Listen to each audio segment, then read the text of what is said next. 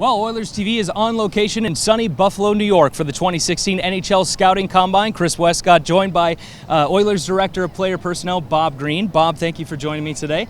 I want to ask you to start off, the Oilers are going to talk to 85 prospects here at the Combine. That's quite the daunting task for you guys. What exactly is a club looking for when they meet with these prospects here in Buffalo?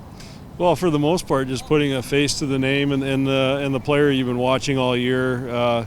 We don't get a chance to meet these kids really during the course of the season, and we've had our area scouts out and they've interviewed these kids already during the year, but it gives us the first chance to kind of meet these guys and talk to them and just get to know them a little bit. Let's talk about the 2016 draft, and in your scouting, what are your observations of the draft as a whole? Are there some positions that are deeper than others, or some maybe that are more top-heavy? What does it look like?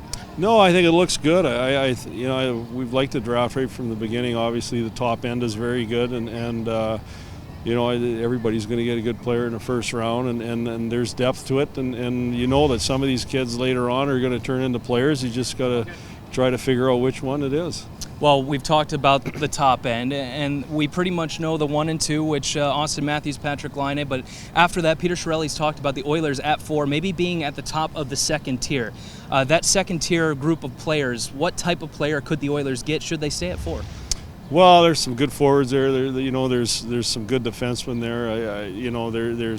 They're just good players, and you want to take the best one at that point in the draft for sure, and we like the guys there. There's a mix of positions, center, left wing, D, so there's a nice combination of players, and we like all of them. All right, I'm going to ask you specifically about a couple players. Puljujarvi and Chek, you talked about some of the top forwards that might be available at 4.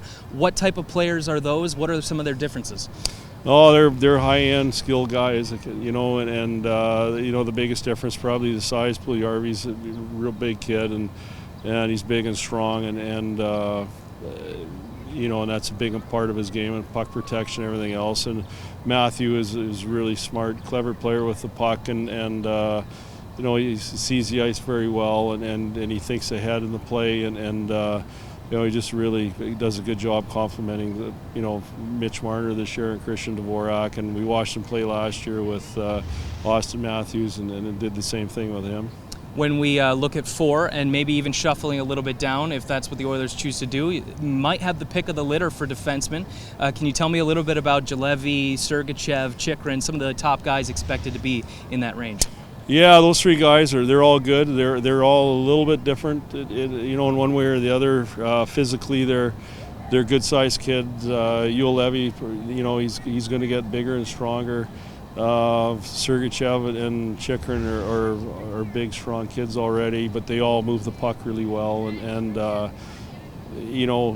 Sergachev maybe have a little bit more offense in him, but Juolevi, he put up good numbers, as did Chychrun. So they're 3 very good defensemen.